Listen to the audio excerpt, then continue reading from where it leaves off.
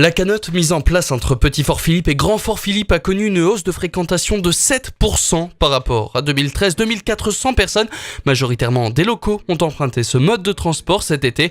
Un afflux qui peut s'expliquer par les investissements réalisés sur la canotte. L'investissement permettant aux personnes à mobilité réduite ou à vélo ou avec des poussettes de pouvoir traverser la canotte. À terme, ce que je voudrais, c'est que du 1er avril, par exemple, au 30 septembre, nous ayons un service le plus large possible, du matin jusqu'au soir. Bon, on a quelques ajustements à faire au niveau des diplômes des personnes qui vont faire passer ce service, puisque les affaires maritimes réclament un niveau de qualification qui peut se comprendre, mais bon, qui doit quand même, à mon sens, se débattre un petit peu. Et pour mettre en place ce projet, une nouvelle canotte a donc été construite.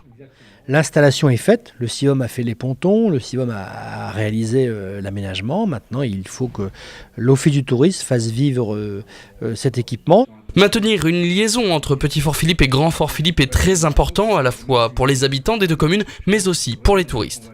Je suis très attaché au lien entre Gravelines et Grand-Fort-Philippe. Je pense que le développement des deux villes ne se fera qu'avec un travail en commun.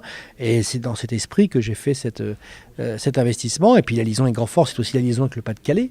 Donc c'est aussi la liaison avec Coiplage. Et c'est aussi quelque chose d'important. Coiplage, c'est aussi la réserve naturelle du Platier-d'Oie. Donc c'est aussi un atout touristique aussi, et naturel important. Des lieux touristiques qui pourraient être expliqués par des guides vacataires. Si vous êtes intéressé, vous pouvez vous rapprocher de l'Office de tourisme des Rives de la et de la Colme à Gravelines. Parler l'anglais, l'allemand ou le néerlandais est un plus.